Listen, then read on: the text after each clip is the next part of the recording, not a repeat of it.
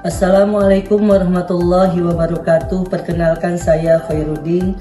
Saya sebagai dosen di Fakultas Syariah Prodi Hukum Keluarga Islam STAI Nurul Iman Parung Bogor. Dalam rangka peningkatan kompetensi dosen pemula di lingkungan Kementerian Agama Republik Indonesia tahun 2026, di sini saya akan mencoba menayangkan video pembelajaran mata kuliah yang saya ampu. Salah satunya adalah mata kuliah fikih ibadah. Untuk itu, selamat menyaksikan.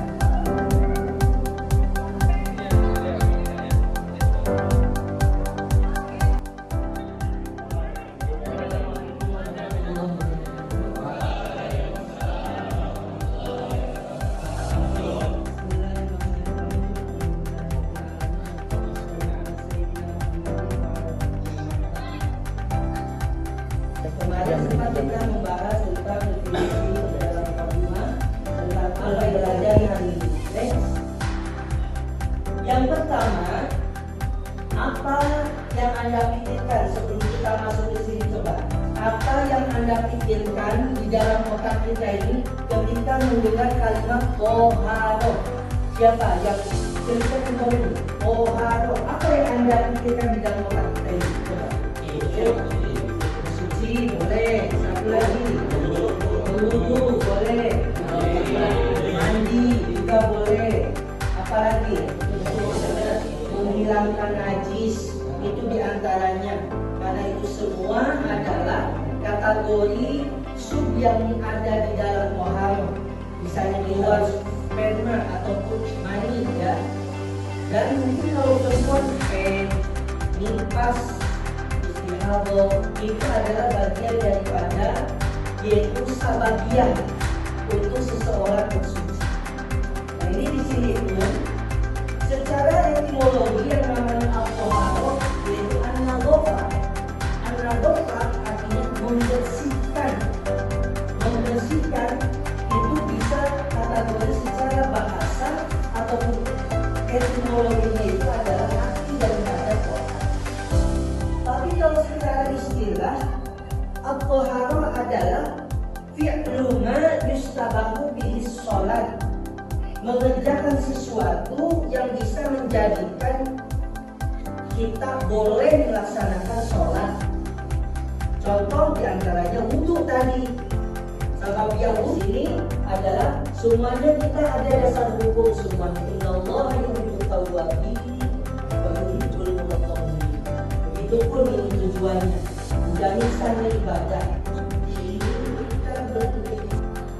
Yang kedua, mutawasithah itu adalah najis pertengahan antara yaitu mukhafafah dan yang berat. Yang ringan dan yang berat itu mutawasithah. Yang mutawasithah itu banyak, najis itu banyak. Umpamanya air ini ya, gila gitu ya, gila. Makanya kalau umpamanya bagaimana Ustaz kalau air ini bisa dijadikan najis atau tidaknya? Bisa dijadikan ketika antum posisi tidur. Kalau posisi tidur ternyata kepala lebih bawah daripada perut, ini perut ya, nanti ada tidur. Kalau ternyata pilihnya hari itu kemungkinan dari perut karena lebih tinggi daripada kepala, nah itu kemungkinan. Tapi kalau seumpamanya antum tidur kadang posisi duduk terus mundur, ya itu kemungkinan itu hanya dari cairan yang ada di ya. Untuk penjelasan yang saya sudah paparkan tadi, selanjutnya boleh kita sharing barangkali bagi Anda ada yang nggak paham ataupun mungkin ada yang nggak paham. Silakan. Assalamualaikum warahmatullahi wabarakatuh.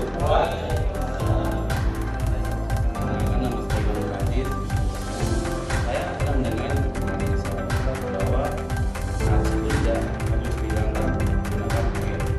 Contoh itu seperti anak SD SMP itu ngumpul di sebuah kasupa.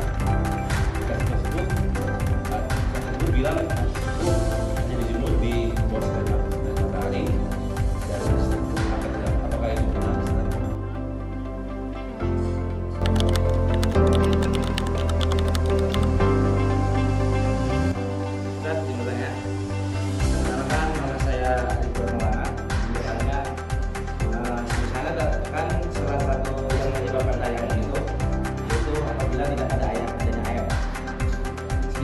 sudah tayamum.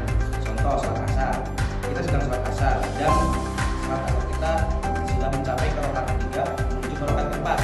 Seketika pas di situ turunlah hujan Ustaz. Jadi pertanyaan saya, apakah sholat itu sah saja atau ketika sudah selesai kita harus mengulangi sholat kita?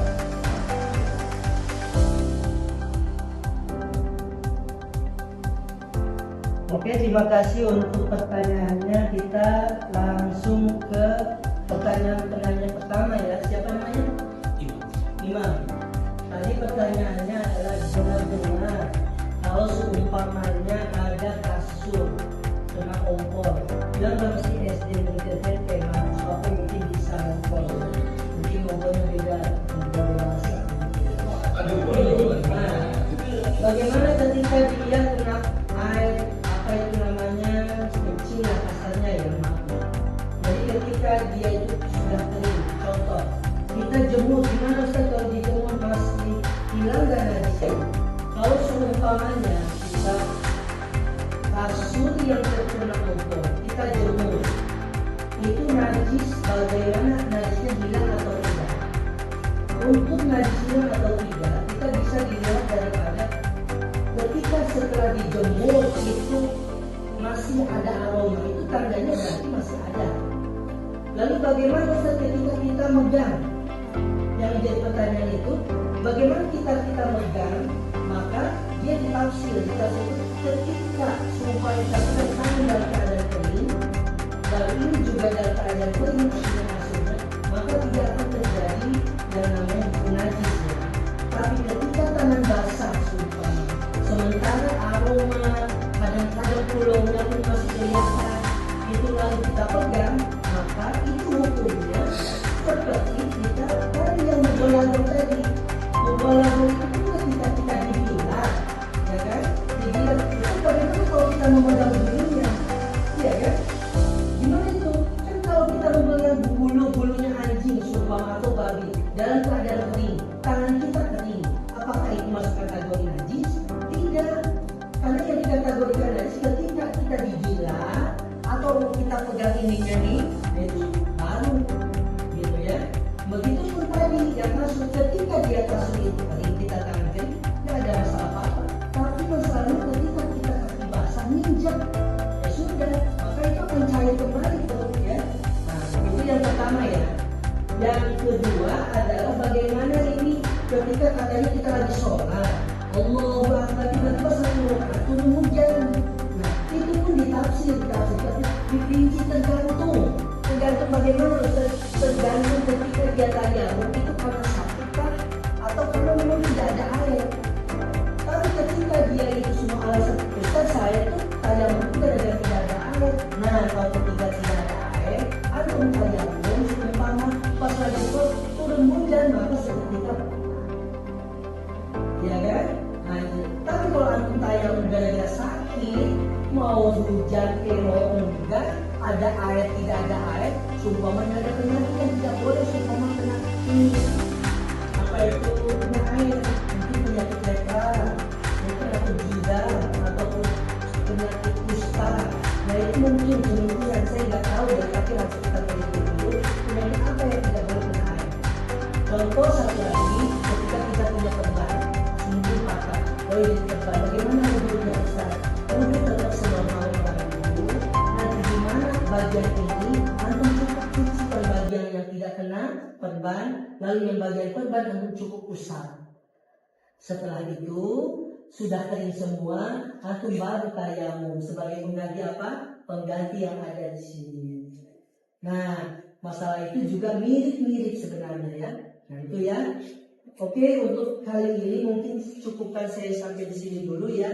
Kapan-kapan kita untuk pertemuan ketiga kita akan menjelaskan bagaimana macam-macamnya air. Untuk itu dari saya mohon maaf. Akhirul kalam, wassalamualaikum warahmatullahi wabarakatuh. Waalaikumsalam warahmatullahi wabarakatuh.